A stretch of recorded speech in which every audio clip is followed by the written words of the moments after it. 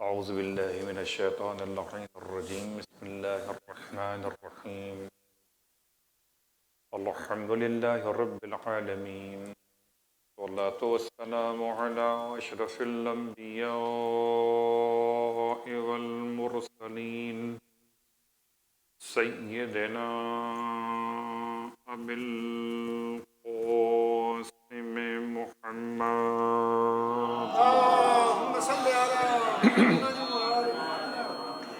وعلى أهل بيته الطيبين الطاهرين واللعنة الدائمة على أعدائهم أجمعين أما بعد فقد قال النبي صلى الله عليه وآله وسلم يا علي إذا نظرت في مرأة فكبر ثلاثة وقل اللهم كما حسنت خلقي فحسن خلقي صلوات پڑھ لیں محمد وآلہ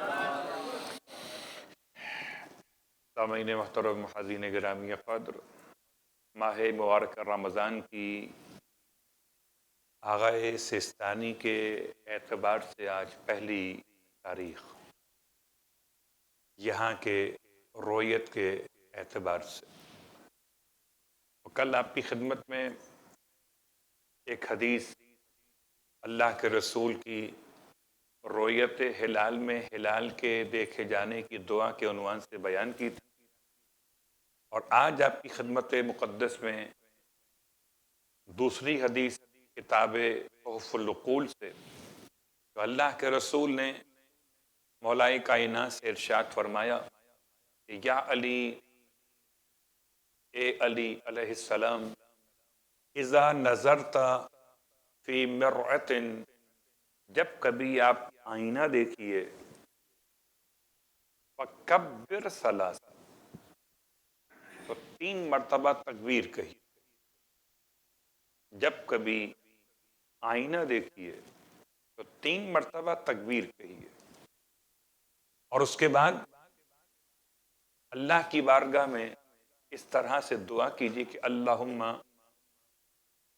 کما حسنت خلقی، اے خدا جیسے کہ آپ نے میرے چہرے کو خوبصورت بنایا ہے، فحسن خلقی، بس ایسے ہی میرے باطن کو بنائیے خوبصورت۔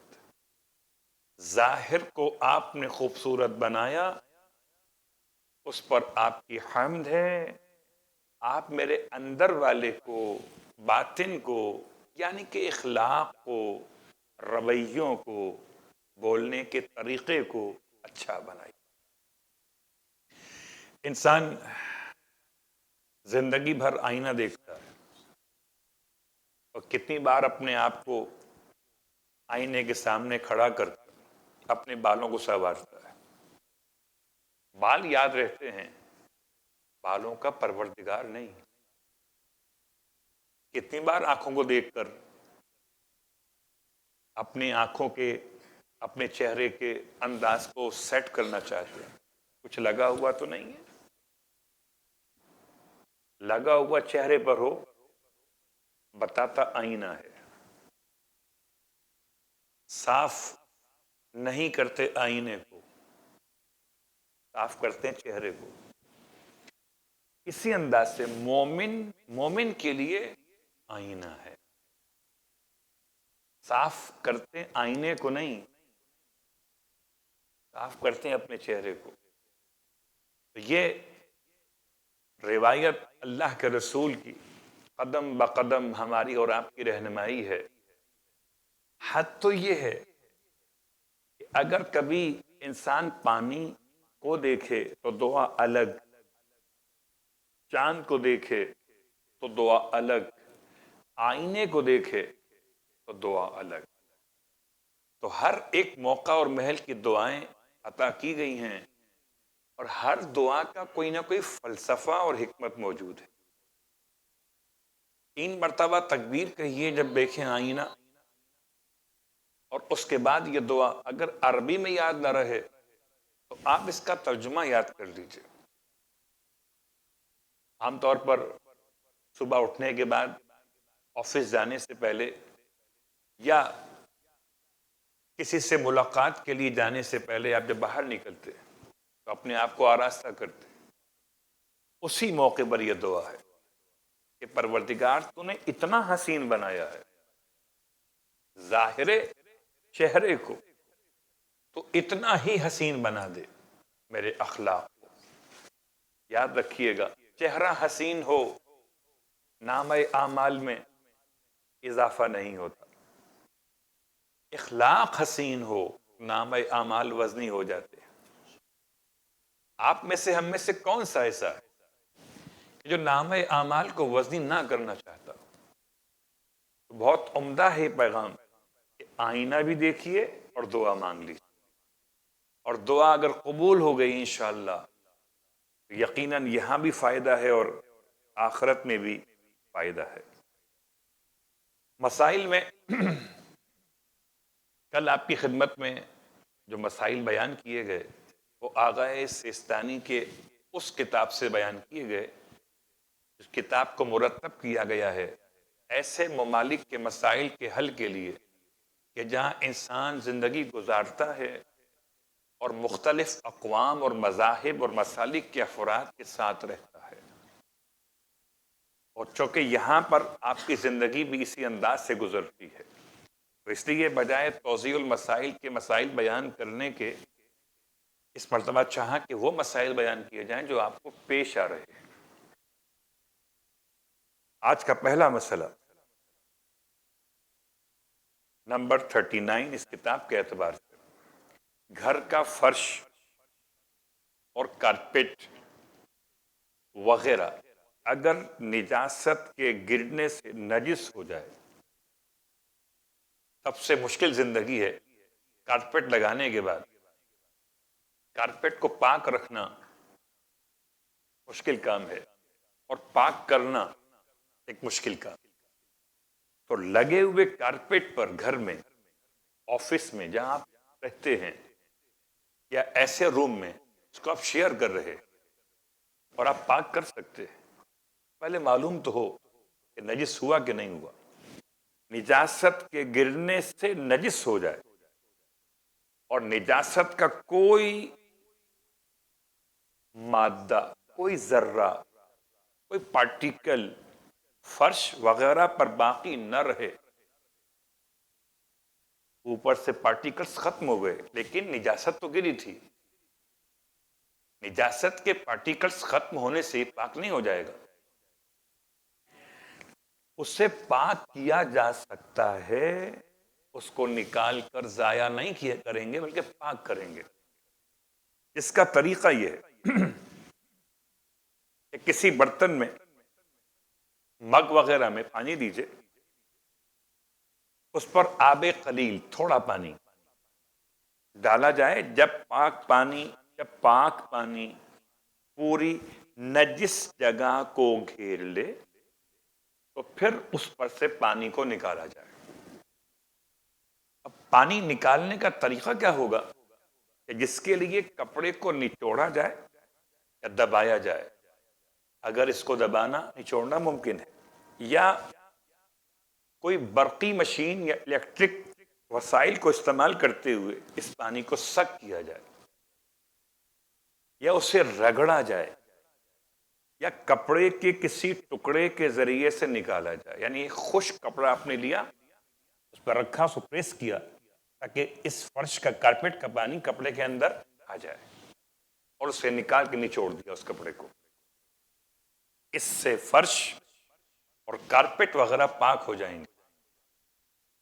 دیکھیے، عبادتیں اپنے مقام پر، دعائیں اپنے مقام پر، نجاست سے بچنا اپنے مقام پر۔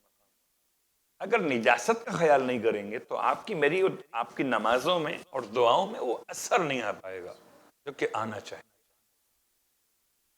پھر کہتے ہیں احتیاط واجب کے مطابق اس نجس فرش سے نکلا ہوا پانی یعنی دھوون جو نکلا اس سے نجس شمار ہوگا آغائے تیستانی کے نزدیک احتیاط واجب.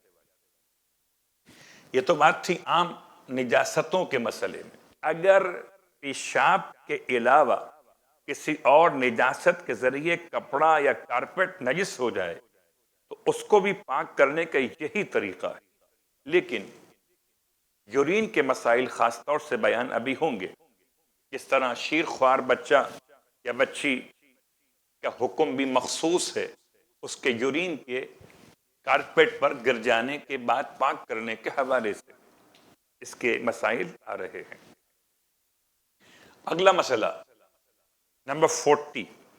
اگر گزشتہ نجس چیزوں کو نلکے کے پانی سے پاک کرنا چاہیں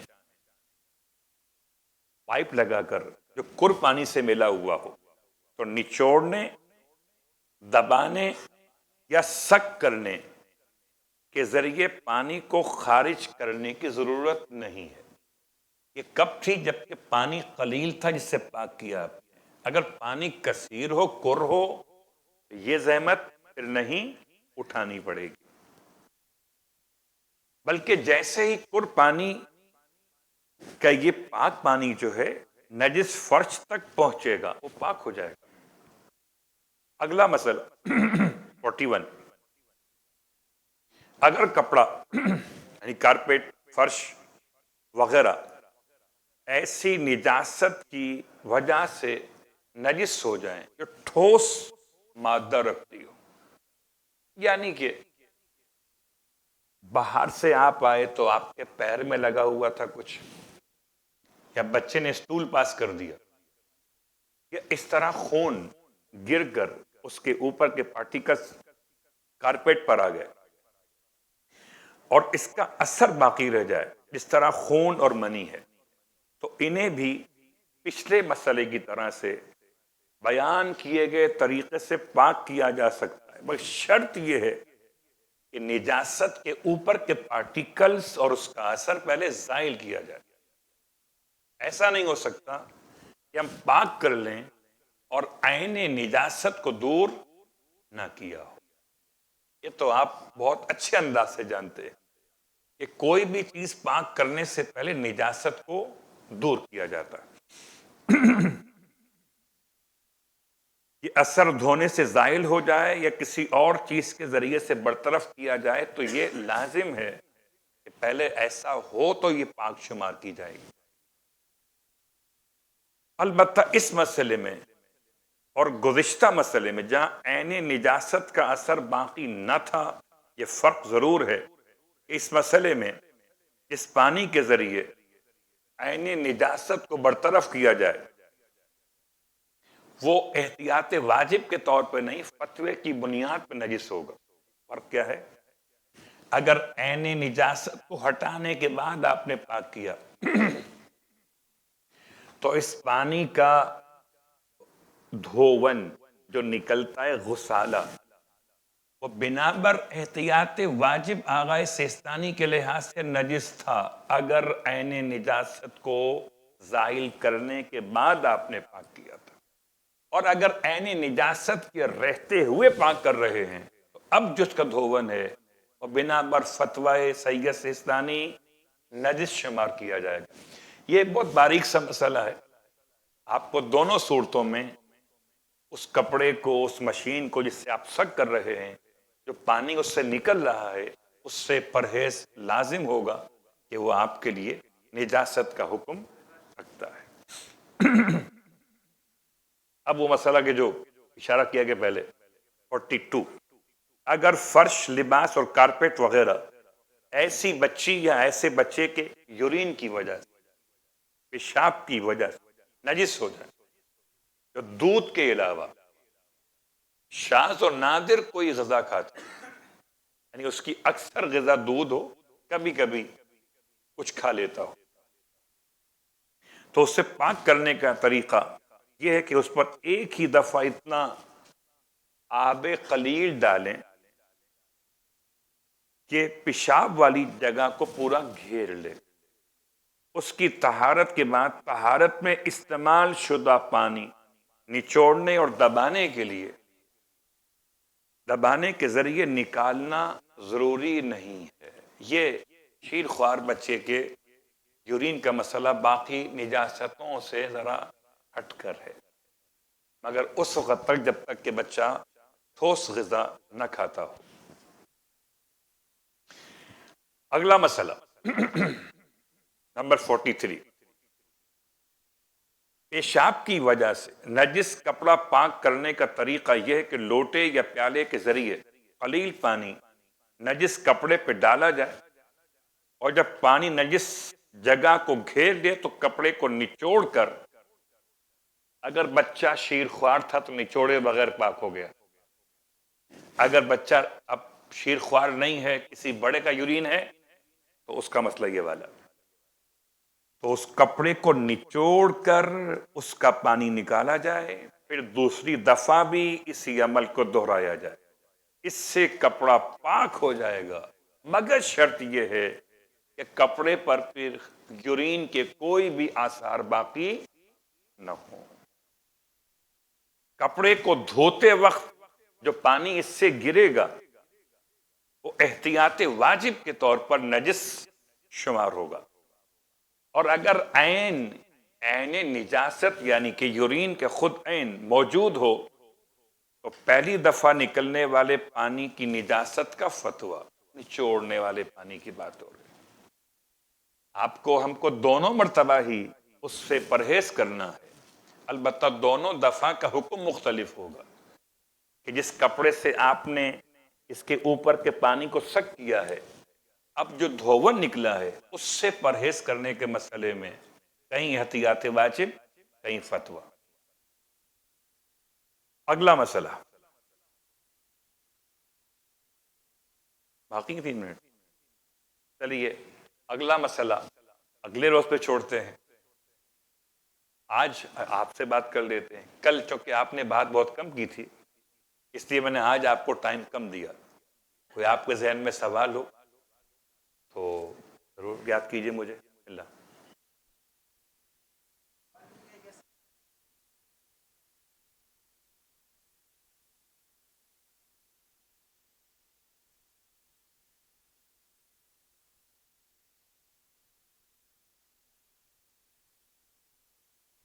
بسم اللہ الرحمن الرحیم۔ سوال کیا گیا کہ غیر مسلم اگر صفائی کر رہے ہیں آفس کی اور موپ کرتے، تو کیا ہم اگر نماز پڑھنا چاہتے ہیں تو کیا ویٹ کریں؟ بالکل ویٹ کریں، جب یہ خشک ہو جائے تو آپ نماز پڑھ سکتے ہیں، جب تک خشک نہ ہو جائے آپ کا اس پر قدم رکھنا شوز کے بغیر یا ہاتھ لگا دینا، اگر یقین ہو کہ صاف کرنے والا غیر مسلم ہے اور اس نے اپنے ہاتھ کو، غیر مسلم اہل کتاب نہیں ہے، کافر ہے، اور اس نے اپنے ہاتھ کو اس سے مس کیا ہوا ہے، اس کے ہاتھ گیلے تھے، تو آپ کو احتیاط کرنا ہے۔ نماز پڑھنے کے لیے نماز کی جگہ کا پاک ہونا لازم ہے۔ اگر نجس اور خشک ہو اور سرائیت کا امکان نہ ہو اور اس کے سوا کوئی اور جگہ ایسی موجود نہ ہو، یا آپ نماز پڑھ سکتے ہو پاک جگہ شمار کرتے ہوئے، تو پھر مجبوراً آپ اس خشک جگہ پر نماز پڑھیں گے۔ کوئی اور سوال؟ وعلیکم السلام۔